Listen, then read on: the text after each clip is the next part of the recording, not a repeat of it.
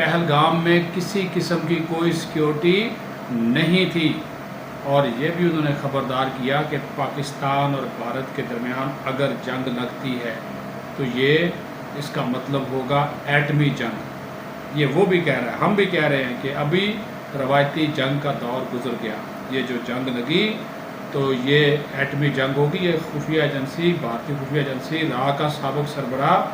امرجیت سنگھ کہہ رہا ہے، اور یہ بھی کہا کہ یہ جنگ جو ہے انتہائی آخری اور بدترین آپشن ہے، کیونکہ پہلگام حملے کے ثبوت دینے سے معاملہ بین الاقوامی سطح پر پھیل جائے گا، تو اس وجہ سے یہ بھارت ڈرتا ہے ثبوت دینے سے، شواہد دینے سے ڈرتا ہے کہ انٹرنیشنل سطح پر سرخی نہ ہو جائے، ان ثبوتوں میں سے کہیں اس کی اصلیت باہر نہ آ جائے، کیونکہ کل را کی جو خفیہ دستاویزات لیک ہوئی ہیں اس کے بعد تو جناب وہاں پہ طوفان مچا ہوا، انکوائری آرڈر کر دی ہے، مودی نے انکوائری آرڈر کر دی کہ یہ خفیہ دستاویزات کیسے جو ہے وہ لیک ہو گئی ہیں، اور یہ کہا کہ یہ بہت ہی غلط ہو رہا ہے، مقبوضہ کشمیر بھارت کا حصہ ہے، یہ وہ کہہ رہے ہیں، لیکن اس کے باوجود وہاں پہ جو کشمیری مسلمان ہیں ان پر تشدد کیا جا رہا ہے، جو کہ غلط ہو رہا ہے، کیونکہ پہلگام حملے میں کشمیریوں کا کوئی قصور نہیں ہے۔ اور انہوں نے کہا کہ یہ ہر دور میں بی جے پی جو ہے فالس فلیگ حملے کرتی ہے، ہندو انتہا پسندوں کو بھڑکاتی ہے، سیاسی فائدے اٹھاتی ہے، یہ ان کی طرف سے بڑی کلیئر بات کی گئی۔ اس سے آپ اندازہ لگا سکتے ہیں کہ ان کے جو عزائم ہیں وہ کیا ہیں، کہ کیا کرنا چاہتے ہیں، اور بہت سی ویڈیوز آ گئی ہیں، ویڈیو بیان آ گیا ہے۔ ایک کشمیری پولیس اہلکار مقبوضہ جموں و کشمیر کا رہنے والا جو پیدا وہاں پہ ہوا، جو خود کو انڈین شہری کہتا ہے، اس کو اس بنیاد کے اوپر کشمیر بدر کیا جا رہا ہے کہ تم پولیس میں کہ تم کشمیر میں ہو اور مسلمان ہو، اور یہ پہلگام واقعے میں مسلمان ملوث ہیں۔ وہ کہہ رہا ہے کہ میں اتنے سالوں سے وہاں پہ رہ رہا ہوں، میری جنم یہی ہے۔ میں اس کا نا ایک آپ کو کلپ سناؤں گا اس ویلاگ کے آخر میں، آپ سن لیں کہ یہ ہو کیا رہا وہاں، دکھ ہے، افسوس ہے۔ وہ بیچارہ کہتا ہے میں اپنے آئی جی کے پاس گیا، میں ہر فورم پہ گیا، وہ پولیس کا اہلکار ہے، اس کے پاس شناختی کارڈ کشمیر کا ہے، انڈیا کا ہے، انڈیا کا وہ شہری، ان کو قبضہ تو انڈیا نے کیا ہوا ہے، وہ اس مقبوضہ کشمیر کا رہائشی ہے، پاسپورٹ وہاں کا ہے، اور اس سے کہہ رہے ہیں جی تم چلے جاؤ پاکستان چلے جاؤ۔ کہتا میں پاکستان کہاں چلا جاؤں، میرا پاکستان میں کوئی رشتہ دار ہی نہیں ہے۔ کہتے جہاں مرضی جاؤ، یہاں پہ نہیں رہ سکتے، کوئی پولیس والا اس کی سننے کو تیار نہیں ہے، یہ ظلم ہے، انتہا کا ظلم ہے۔ ایک خاتون اس کو گرفتار کیا گیا، 41 سال سے وہ وہاں پہ اس کی شادی ہو گئی، اس کے بچے ہیں، بچے وہاں پہ ہیں، وہ بھارتی شہری ہیں، اس خاتون کو شہریت نہیں ملی تھی، اس کو ڈپورٹ کر دیا۔ 41 سال سے وہ بھارت میں مقیم تھی، اس کو اس کے شوہر کے ساتھ پاکستان بھیج دیا۔ اب اندازہ کریں، وہ بھی کہہ رہی کہ میرا پاکستان میں کوئی نہیں ہے۔ بڑی تعداد میں علاج کے لیے گئے ہوئے لوگ بغیر علاج کرائے واپس آ گئے، بہت سے لوگ پھنسے ہوئے ہیں ابھی بھی، اور ان کو گرفتار کیا جا رہا ہے۔ ایک شخص ہے پٹھان خان،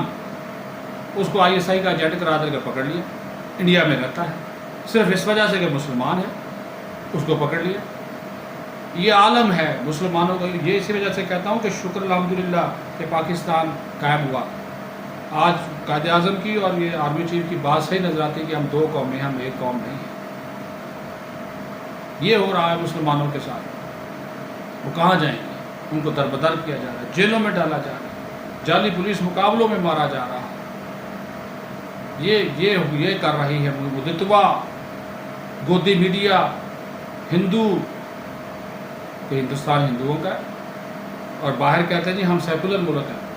کوئی سیکولر ملک نہیں ہے، انتہا پسندی عروج کے اوپر ہے، اور جہاں تک ان کی سیکیورٹی یا پاکستان سے لڑنے کی فوجی طاقت کا سوال ہے تو اس کا بھی تیا پانچا کر دیتے ہیں۔ آج کل زیادہ تر فضائی جنگ لڑی جاتی ہے، زمینی جنگ بہت کم ہوتی ہے فضائیہ کو، لیکن بھارتی فضائیہ میں ناقص حفاظتی معیار اور غیر پیشہ ورانہ آپریشنل ایشوز بہت زیادہ ہیں، غیر پیشہ ورانہ آپریشنل تیاریاں ہیں، 30 سالوں میں 550 سے زیادہ فضائی حادثات ہو چکے ہیں انڈیا میں،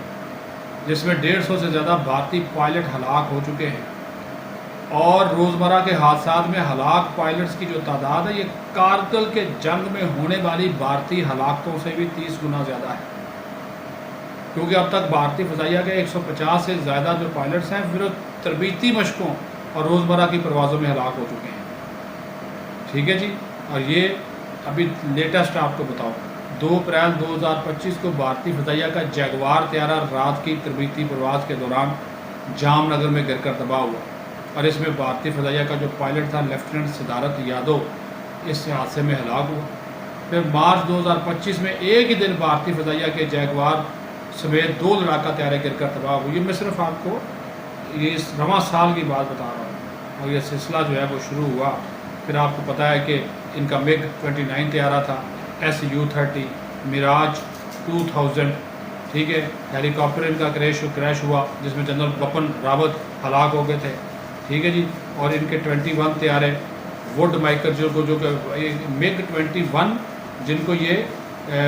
فلائنگ کفن کے نام سے پکارے جاتے ہیں، ان کا جو حشر ہوا وہ آپ کے سامنے۔ پاکستانی فضائیہ سے یہ نہیں ڈر سکتا،